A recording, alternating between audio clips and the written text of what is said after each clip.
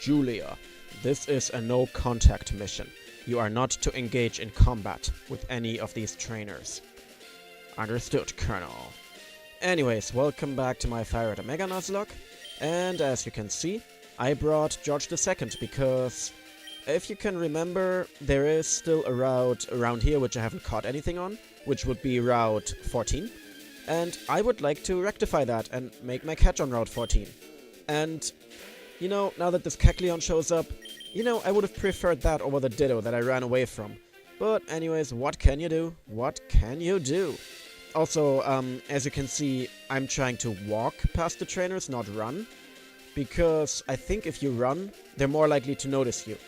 And for some reason, those bikers, yeah, they're just completely oblivious to your existence. So yeah, they're gone. And here we are at the tall grass. So, place your bets now, what are we gonna get? Let me just see if my Pokemon are set up correctly.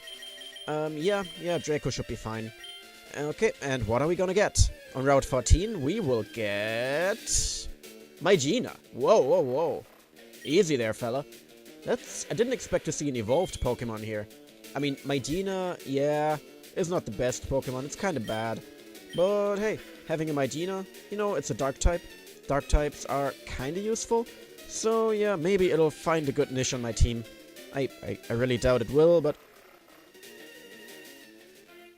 Oh, well, that's alright too, I guess.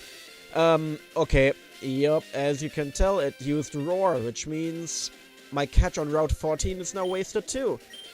Oh, that's a sticky wicket, innit? Oh well. It was a Mygina, and it's not really a good Pokemon in Generation 3. I think it becomes better in later generations because of the physical special split. But, yeah, I wouldn't have loved to have it, but I obviously would have preferred to not waste 2 catches in a row. Anyways, we can only reach this part by cutting the bush, so we will start by doing this double battle. Ron and Mia. What kind of name is Mia? Oh well. They have a Hitmonchan and a Hitmonlee, and if we go by traditional games, Hitmonlee is the stronger one of the two, so I will target it first. Although its fighting moves shouldn't do much damage to my team, but we'll see. Because Hitmonchan is known for using the elemental punches, like Thunder Punch, Fire Punch, Ice Punch, but it's got a horrible special... Oh, well, that's a unique mechanic. I mean, it didn't do any damage, but yeah, Sky Uppercut can hit Pokemon that fly. So that was actually a good prediction on his part, or her part, I don't know who used it. But that aside, yeah, as I was saying, Hitmonchan can use the elemental punches, but it's got a horrible special attack. So it can use them, just not effectively, like at all. Even if it deals super effective damage, it does just a sliver of your health, even if you're 4 times weak against a certain type. So that's why I wasn't really afraid. And here's Pikak. Pikak here is level 35 and should be evolved by now. So I will dig it. Can you dig it? Oh yeah. I'm sorry. No, I'm not sorry. What am I saying? But yeah, because now we're gonna fight a few trainers. Let me just talk about my weekend, because today is Friday the 10th of August. And I've got, as I said in an earlier episode, quite the busy weekend coming up. So, yeah, as I said in a previous episode, today 2 of my friends are coming over to visit. Not me specifically, but they're just doing holidays, basically. And they'll probably travel around the country, but I'm also gonna meet them for a beer, or 2, or 5, or 8, I don't know. Because I know they love partying, and I have a feeling what we're gonna do is, we're definitely going out, and we're either gonna go to the pub, which I would prefer, or to a place that I like to call the Cheapo Shed. But, yeah, I would prefer to go to a pub, because I prefer the pub atmosphere over the club atmosphere, and the Cheapo Shed is kind of a club. So, yeah, in pubs over here, a lot of pubs will have live music. Usually it's just a guy and his acoustic guitar just singing a few cover songs, and some folk songs as well, which I really love. I really love that. So, And because I'm a fan of music as well, and I go to a lot of gigs and stuff, yeah, oh no. Oh no. Oh no. Oh no. Oh yes. Wait, oh no. That raises its stats. Oh well, should be okay. Yeah, I'm kind of concerned about Metronome. Because, yeah. But anyways, so, going to the pub here is... I just like doing it. I mean, I even go to the pub alone because you can just sit on the bar, have a drink, listen to the music, and even talk to a few people because even strangers will start talking to you. Or you can talk to any stranger you would like and initiate a conversation that way. So that's cool. And there's one pub here that we used to go to all the time because there was an awesome musician playing there. His name still is, Brian Brody. He doesn't play at the pub anymore that we used to go to, but he still plays at different pubs. So, and yeah, he would always play like late at night on weekends, like 10 p.m. to 1 a.m. or something like that. And he would do a mix of folk songs and cover songs, as everybody does. But he also has one that he calls the Bottle of Vodka Mix, which, yeah, takes, I think, 3 songs in total, which are, where they're La Bamba, Shake It Up Baby, or whatever it's called, or just Shake It Up. No, actually, it's Twist and Shout. Twist and Shout. That's what it's called. And I forgot to deposit George. Yeah, that's the third song. I forgot to deposit George. No, the third song is I'm Gonna Be 500 Miles by the Proclaimers. And that's kind of the main event of his set. Because, you know how the song always goes, like, after the chorus, that song goes, like, ba-da-da-da-da, ba-da-da-da-da, da-dum da-dum da-dum da-dum da-da-da-da, stuff like that. But he took that, and he changed the quote-unquote lyrics. Because instead of ba-ba-ba-ba, whatever, he's singing, bottle of vodka, the neighbors. So, that's always, everybody loves to sing along to that song, and even... like, the whole night, basically, everybody requests it from him, so it's that popular. And then he also does a second song, which is really, really popular in his setlist, and that's Dancing in the Moonlight by Thin Lizzy. And it's a great song to begin with, but he also animates the crowd to sing along to the bass line, which goes... and so on. And... everybody sings along and it's amazing. And yeah, so that's really why I prefer going to the pub rather than the club. Because in clubs, it's always so crowded and you can't really talk to people either because of the loud music. And there's so many drunk people there as well. It's just not a fun experience. And that brings me to the cheapo shed that I started talking about. So I call it that because it's basically a place where students hang out that don't have a lot of money, because up until a certain time of day it's free entry. I think it's until 7 p.m. if I'm not mistaken. And the drinks are also really cheap compared to other places. So in most places you pay like 6 quid, 6.50 around for a pint. But in that place, depending on the day, sometimes they sell the beer for €2 a pint, which is insane here. It's crazy, like, it's so cheap. Of course, it's not good beer, and it's watered down, I'd imagine, but at least it gets the job done in their minds, I guess. So, that's why, yeah, there's a lot of students there, and also for some reason, lots of Brazilians. I don't know why, this is like the hangout spot for the Brazilian crowd that lives here. And there's also a lot of horny people, unfortunately. Like, I never had an issue with them, but the girls, like, they always get hit on by random people, even by old people too. Like, usually you have old people hanging out as well there, and I have no idea why. But yeah, that's kind of the nature of this place. Yeah, I don't know, I just don't like it. And as well, in that place, like, we used to go there all the time when we were younger, which, fair enough, I mean, we were pressed for money as well, but I don't know. It was more of a crowd thing, to be there as a crowd and to go out partying on a budget, but nowadays I don't like it as much. And one time I was there with a few colleagues from work after a work, like, party event. And we were just in the middle of the dance floor, like, dancing a bit. Speaking of dancing, oh no, this is dangerous. Dragon dance is dangerous. Although, I've cut its attack with burn, so that shouldn't cause an issue, right? Right. Anyways, yeah, we were there on the dance floor. And all of a sudden we see a random girl just walk along the crowd. And she did, like, a certain motion with her arm. Like, she had her hand clenched as a... like, not clenched, but kind of as a fist. And she would rock her arm back and forth towards her mouth. I don't want to explain exactly what kind of motion she did, but yeah, she was asking for some kind of service. So she kept walking around the crowd. My colleagues and friends and I were just looking after her, speechless. And after she was gone, we burst out laughing. Like, how desperate do you have to be to go to this cheapo club, or more like beer garden, it's more of a beer garden, and just, yeah, ask for that. But yeah, whatever, the girl passed by, we burst out laughing, and shortly after we continued our party, we continued dancing. Cut towards 5 minutes later. From the other direction, the girl comes back, doing the same motion with her arm, like rocking it back and forth, hand as a fist, looking around the crowd, asking for, well, that. And again, the girl passes by. We were like, this is not happening, is it? And we laughed even harder. So, yeah, it's when you go to this place, you can kind of expect a crowd like that.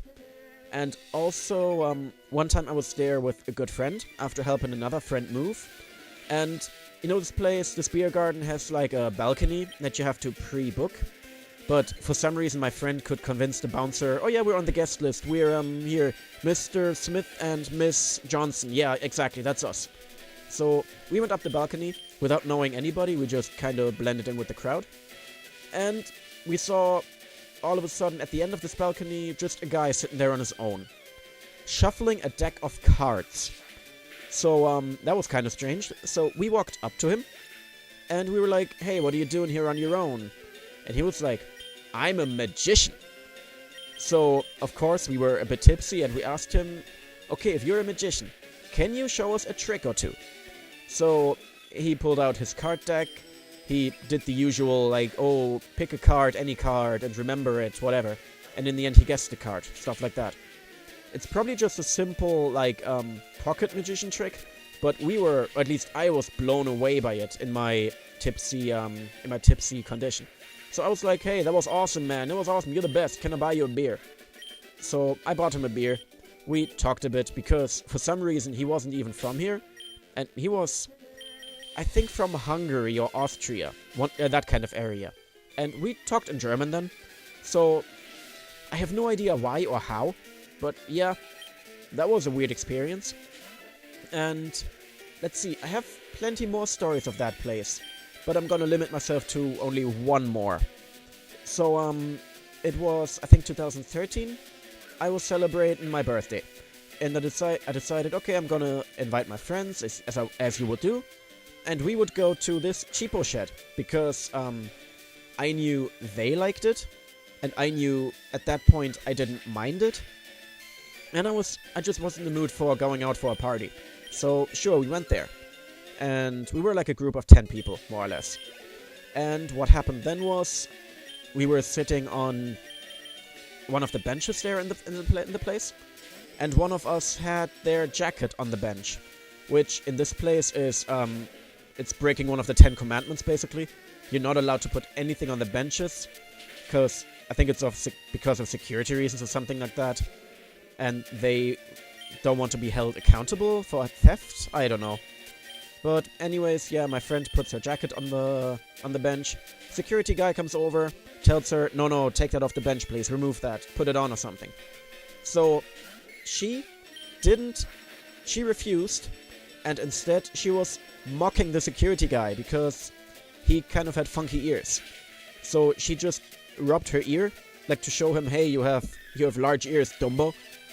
So the security guy threw her out, and us with her. So yeah, happy birthday to me. And what we did after was, because the night was still pretty early, we went on to a pub with live music, because that's what I wanted. It was my birthday, I was able to decide, hooray. So, yeah, we were there, it was quite packed, because it was a Saturday night, I believe. And, yeah, we were in the pub, dancing to the live music, we were having a good time, when a few people of our group, for like 3 seconds, didn't have a drink in their hand. So, again, security guy comes over, what, you don't have a drink at this hour? It's too packed, I have to throw you out, go away. So, that sucked. And he didn't even give us a chance to go back to the bar to get another drink or something.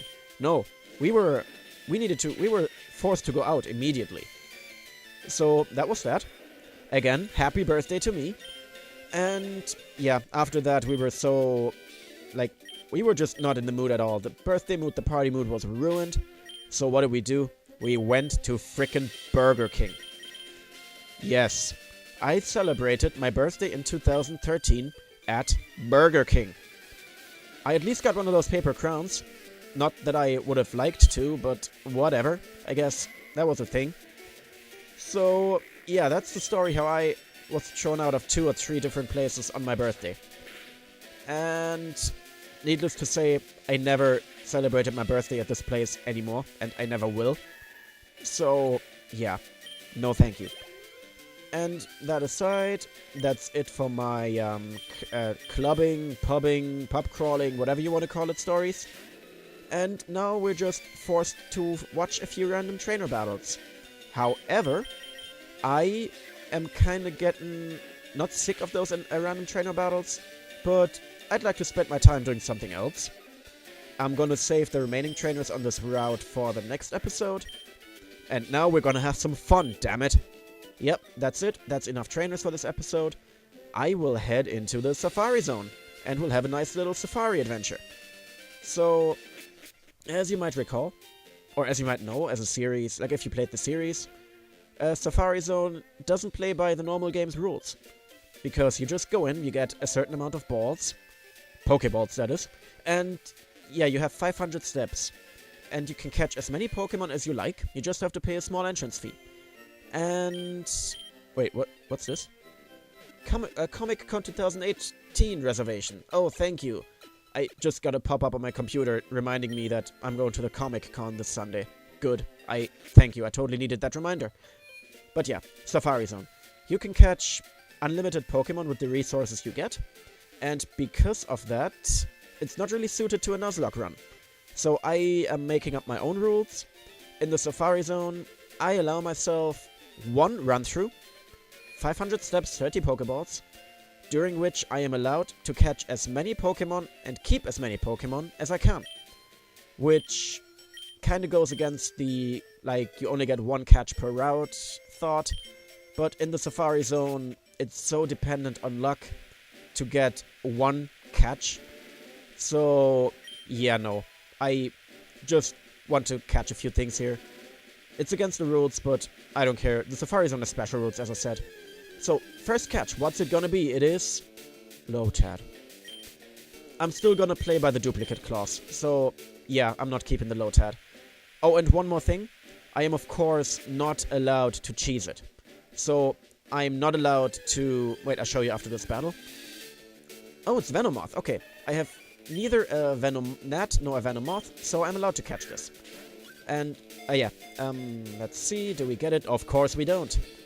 Yeah, there's also random mechanics like... Wait, what?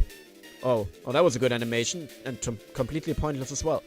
But yeah, as you see here, we have the bait and the rock, which I never use. I just throw balls. I don't understand how those mechanics work. They never work well for me. So I just throw the Pokeballs, hope for the best.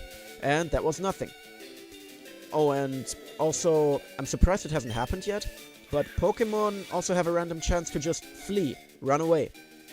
Which makes it really annoying if you're playing a normal run, and you just want to catch, like, a Chansey or a Scyther. Because I think both of them have a low catch rate, those both examples, and they're very likely to run away. Oh my god, come on, Venomoth. Yeah, thank you for running away. That was it. Yeah, so to show you, I'm not allowed to, pivot in place. Because that doesn't waste any steps. And with that, I could theoretically catch unlimited Pokemon. And Stantler is really cool.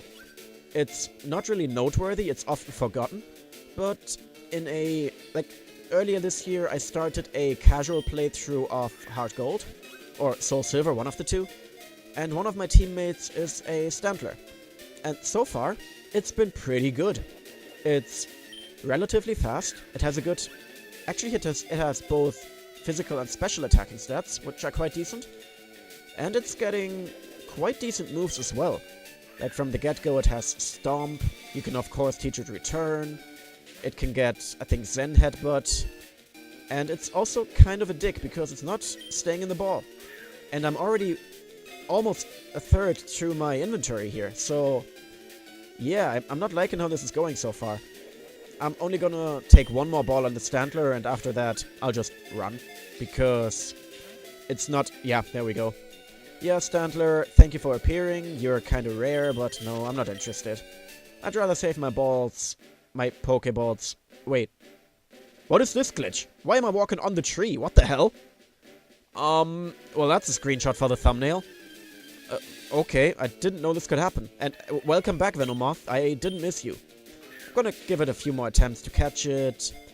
Come on. No, of course not. Two more. And here we go. Safari Ball number 2. Come on. No, not even one wiggle, really. Yeah, there we go. Goodbye. I think if I encounter one more Venomoth, I'm not gonna attempt catching it, because it's not that strong. It's kind of unique in that it can learn... Hello, Chansey. It's kind of unique in that it can learn psychic moves as a bug, but then again, Butterfree can, and I have a Butterfree. So, oh! Yes! Chansey! Hell yeah! Oh, that is awesome. Getting a Chansey first try? Are you for real? Okay. I'm not saying no to a Chansey. What do I want to call you? I will call you... Low. I didn't mean to call it Low. Okay, your name is Low now. I wanted to call it Lotta, like short for lottery, but I guess Low will do. And there... Oh, TM47 Steel Wing. Steel is a good type to have as a defensive type, but offensively it kind of blows in this generation. In fact, in any generation up until number 6, where it gets at least strength against Fairy. But nowadays, no, it's only good against Rock and Ice, which have enough weaknesses to begin with, so usually you're covered anyway. Okay, Stantler, you are getting one more try, and if you don't stay in the ball, I will run. Run for my life. Or actually, I will run for your life, because I will save you. Because if I use Stantler, chances are I'll have it die. But I'm gonna try it once more, actually. Because I would like to have the Stantler. Because I have a pretty good nickname. Yeah, I'm hyping it up right now, but it's actually not that good. You'll find out. So, only 12 balls left, and I've only catched one thing. That is an abysmal ratio. Yeah, Stantler, no. No. And also, one thing to note about the Safari Zone, I can never, ever remember the layout of this place. So, I know I'm supposed to find the HM for Surf, the gold teeth with which I can get strength, as well as a few items here and there, obviously, but I can never remember where I can find Surf or the gold teeth. So I will just bumble around like a madman, and if I don't find the important items on my first run, I will... 2 tiny mushrooms. Alright. Yeah, I will just get everything off screen and probably show it as a montage in the next episode or something. Execute. Here's a staple of the Safari Zone. These things show up in every Safari Zone pretty much. Well, in the games they're in. Which I think is only this and Heart Gold. Whatever. Yeah, and one thing about the Safari Zone, they kind of fizzled it out throughout the generations. Like, the Kanto games obviously have the original Safari Zone, this one here. The Johto games, the originals in Gen 2 don't have one. What was this? Please find the Safari Warden's lost gold teeth.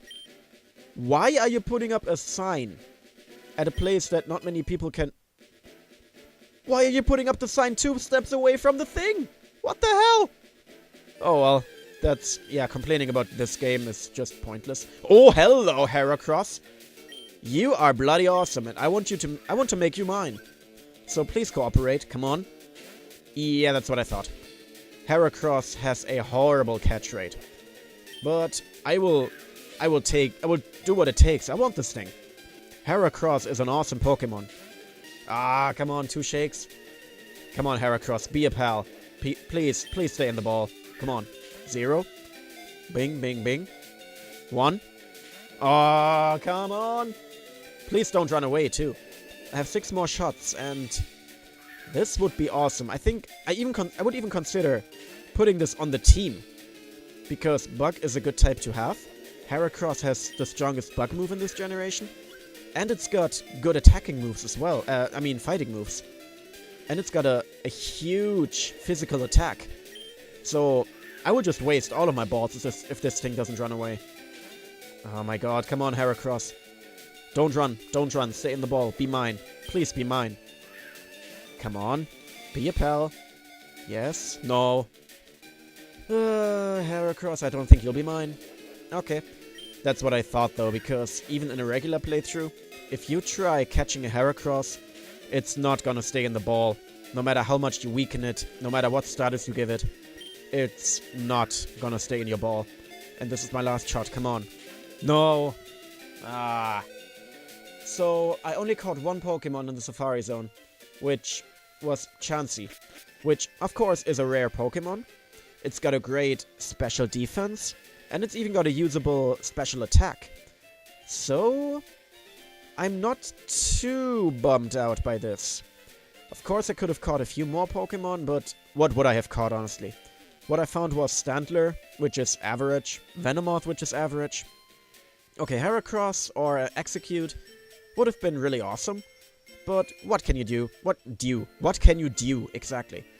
No, what can you do? Such is the nature of the Safari Zone, I guess.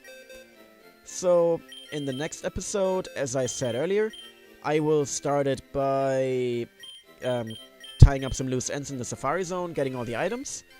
And after that, I guess we'll finish off the trainers on the route. And here's... Oh, look at that. Look at those stats, man. 100 special defense, 9 attack, 12 defense, but 225 HP. And what moves do you have? You got the rare and elusive Egg Bomb, which is a ridiculous move that only 2 Kanto Pokemon can learn in the original games. Well, 3 if you count Mew, but yeah. I mean, 3 evolution lines, but yeah. That aside, I am starting to ramble incoherently, so I will save the game, overwrite my old file, not turn off the power because this was the Safari Zone, and I will see you next time. Goodbye.